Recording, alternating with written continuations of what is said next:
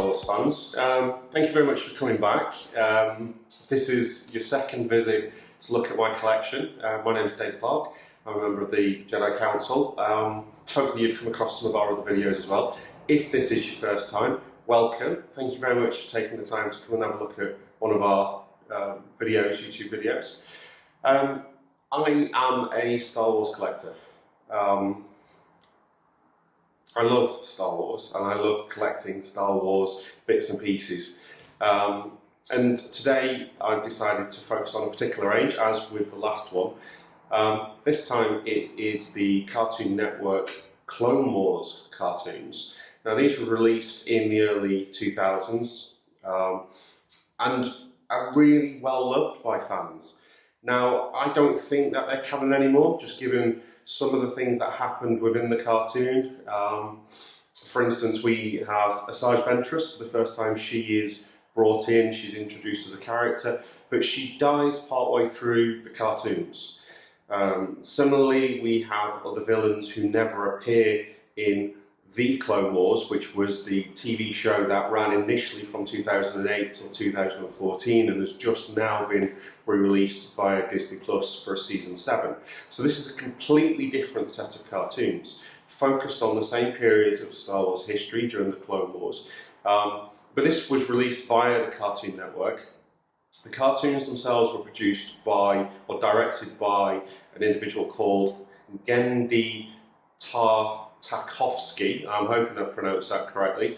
And they, as I said, they are well loved. They're very stylized cartoons, very interesting style, and that's one of the things I love about them. And I've been lucky enough to build up a bit of a collection of the bits and pieces that you could buy from within that range. So first off, I'll actually cover off the DVDs I've got. Now, that is disc 1, and that is disc 2. Originally, the cartoons were released as 5-minute shorts, and so the first season is pretty much all 5-minute shorts edited together to create one movie. I've never seen them as individuals, I've only ever seen them as a complete story, and they work very well. The second season were longer episodes, about 15 minutes, but there were fewer episodes, so ultimately they're about the same length. They're really good. That's all I can say. If you've not seen them, I think you can probably watch them illegally via YouTube, but you can still buy these DVDs via the likes of eBay, Facebook groups. Again, I'll always mention how good Facebook groups can be when it comes to buying older items. And they're really worth an investment. They really are very, very good. They explore slightly different stories to The Clone Wars. They cover the development of characters in a very different way. The action is a lot faster and a lot more fast-paced, and the clones themselves become lesser importance. The Clone War cartoons that were released later on, the CGI animated cartoons of Dave Filoni, they were much more focused upon the whole war, and so they covered off the clones themselves, the amount of effort that goes into the Clone Wars development of the clone troopers themselves cannot be underestimated. However, these took a very different route and focused very much upon the Jedi themselves and built up individual stories or parts of stories around how good the Jedi were at combat generally. So there you go, they are disc 1 and disc 2. Highly recommend that you get these if you can. Now, moving on from that, there are also a range of comic books released. That's volume number 1, issue number 1. It's not in the best of condition, I'm afraid, slightly unfortunately. These were released via Titan, I think, and Lucas Books in the UK particularly. But that one is volume number 2, and as you can see, it's the same style of animation, or the same type of comic style as the animations, very honest to the way that the cartoons themselves were produced. Again, I just love the look. To be fair, I really like, I mean, there's even flashbacks to Vader in these. I just love the layout, the structure, the nice little pocket books rather than the larger format comics. And hardbound, well, they feel slightly hardbound, perfect bound, I guess, to create a bit more of a book feel to them. So there you go, I've got volumes 1 and volume 2. Been lucky enough to manage to get volume 3. I don't have volume 4, but I do have volume 5, volume 6 and volume 10. Now, volume 5 and 6 are slightly different because they're the US versions rather than the UK versions. And so, I don't know if you can tell on a picture, however, if I rotate them slightly, you might see that there's a glare or a bigger glare on that because the British copies have got a plastic coating to the book themselves, whereas the US versions have got more of a matte finish. I actually prefer the matte finish. Slightly different in that these were done by Dark Horse Comics, or released by Dark Horse Comics in the US, whereas it's Titan Books released in the UK. And obviously they've got the US barcodes on as opposed to the UK ones.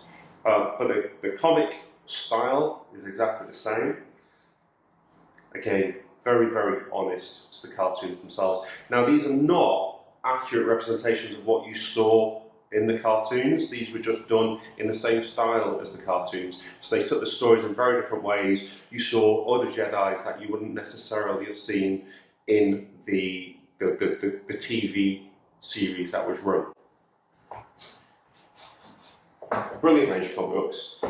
Cannot recommend how good they are to read. Very quick reads as well. Very much, again, it follows the cartoons themselves. The cartoons don't focus much on narrative, and it's more about what's happening on screen, the action on screen, the speed of things that were happening on screen. And the comic books follow that, in that when you have a look, there are entire panels where there's almost no words.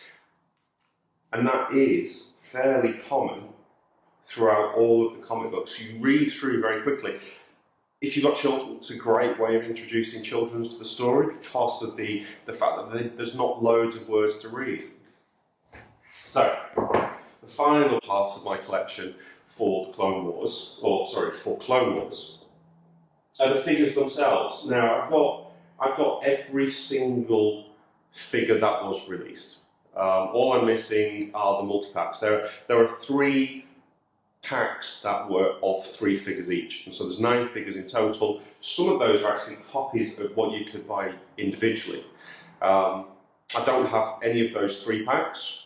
Those 3 packs tend to be extortionately expensive. I've had a look online, and at the moment the best I'm managing is about £50 to £60 per pack for 3 of them. So if I'm after 4 of them, I'm looking at about 240, maybe even 250, £60 maybe with delivery.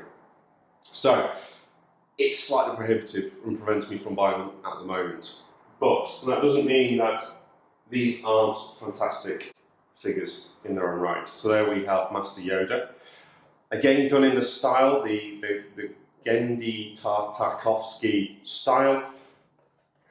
They have a nice little cartoon of representation of him on the back. They show a couple of the other figures that are in there. But they're all in brilliant action poses. Now, as a collector, I tend to take things out of their packaging, but these are never going to come out of their packaging. Not by me anyway. Someone else might eventually take them out, but I will never take them out. And there's a number of really clever things about the way that these packaging is done. I don't know if you noticed that is a Clone Trooper Phase 1 helmet. And it even has the hook over, which is almost like the fin that runs across the back of the helmet. It's attention to detail like that, which is really well done. And the Cartoon Network is nice and tidy and covered in there. Very cleverly done packaging, and very cleverly displayed pieces, which makes them ideal for display pieces without you having to take them out of the packaging themselves. So, I also have Master Windu.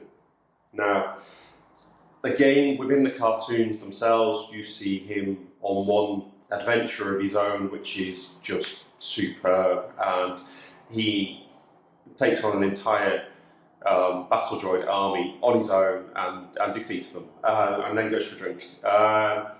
It is, again, a brilliant piece, really brilliant figure. Love the styling. The figures are so honest in their representation of the cartoon characters themselves. Very, very well done. Moving on quickly, Obi-Wan Kenobi, again, in a battle pose, a dynamic pose, which, yeah, just brilliant. And the styling, again, mirrors perfectly the way that he was portrayed on screen. Just wonderful figures, these.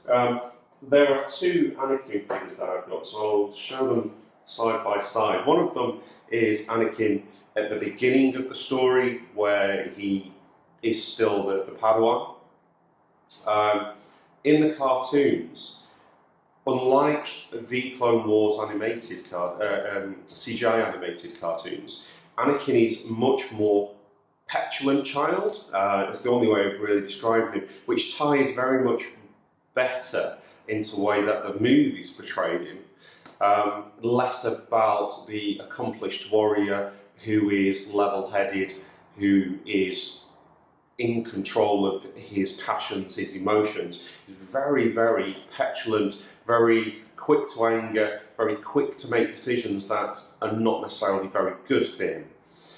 Now, the TV show was probably about 2 hours, 2.5 hours when you put them together, so you don't have loads of room for character development, but that was one thing that I really did notice, that Anakin is portrayed in this very childlike manner, and Obi-Wan is continually trying to rein him in, trying to control him, trying to say, that is not the way of a Jedi, you will never be suitable if you carry on like this. There's a very much the dynamic between Master and Padawan within the cartoons that's very different to how it's portrayed in Dave Filoni's The Clone Wars.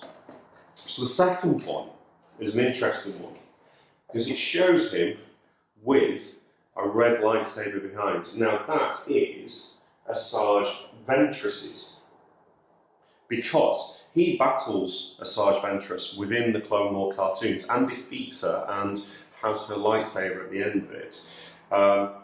She does die within the cartoons, something that we've not seen in the Dave Filoni animated, CGI animated version. But again, there you go. So there you've got Asajj herself. The reason he looks so dishevelled, I suppose, compared to how he was in the previous version of this, was because of the battle that he has with her. It looks like it actually happens on Yavin 4. It's a very similar environment, temple structure to Yavin 4. I can't remember if it's ever explained where it is, but it does look like Yavin 4. And he ends up being drowned because of the amount of water and rainfall on the planet. His clothing is all torn and shredded from his battle with Asajj Ventress.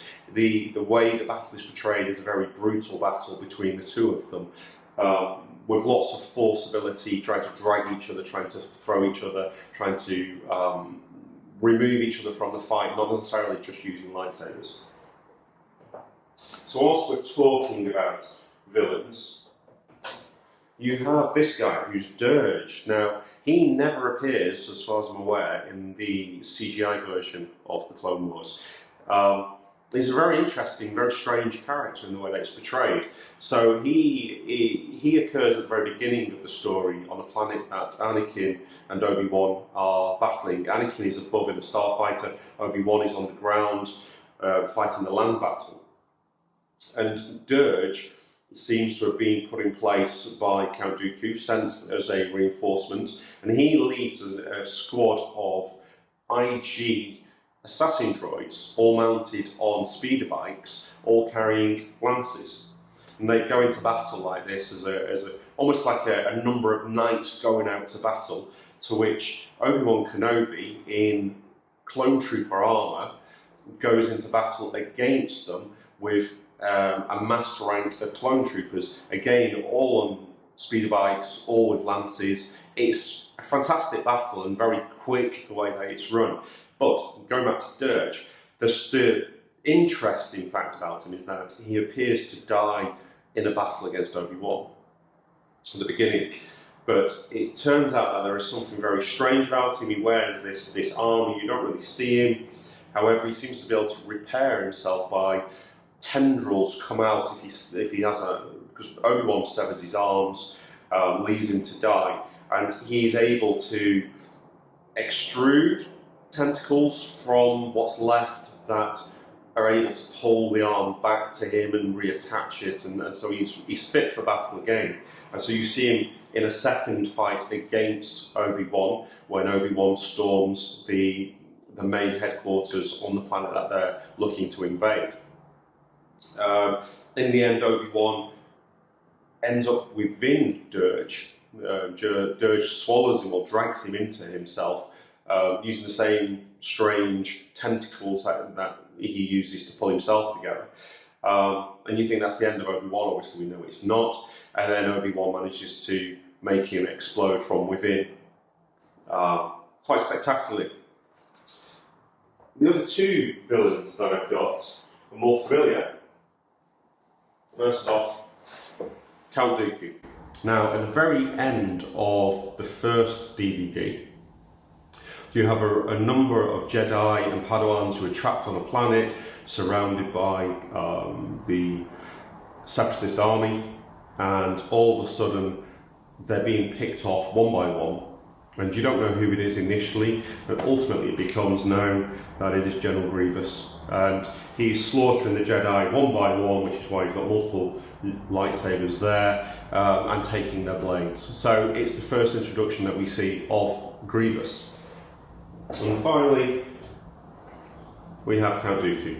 Again, just looking at the styling, looking at how he's portrayed, and also how he looks as a figure. Brilliant, just absolutely stunning the way that they've built these characters, the stylized, they're all very consistent with each other. Just wonderful figures, they really are wonderful figures. And finally, I've got 5 clone troopers. Now, as I said at the beginning, the focus of the cartoons is less upon the clone troopers than you see within the CGI animated version. But there is one particular scene where you see a squad of clone troopers storm a building, do what they're very good at, take on droids, and break into the headquarters of the Separatists on a particular planet. The same headquarters that Obi-Wan is also present at. Now, the clone troopers themselves are never named. So literally, each of the packaging, I'll leave that one for a second, but each of the packaging, they're all different colours. Packaging is consistent, even on the back, but they're each a different colour, and the colour doesn't seem to indicate that they're different squads, doesn't indicate that they're different battalions or units. Finally, you have the same red one, which shares the packaging style with the other coloured ones. And then finally, you have a pure white figure. Oops, try that again. A pure white figure where the packaging is all pure white rather than individual colours. So very nicely done. But the back of it, exactly the same, slight yellowing to that one, unfortunately.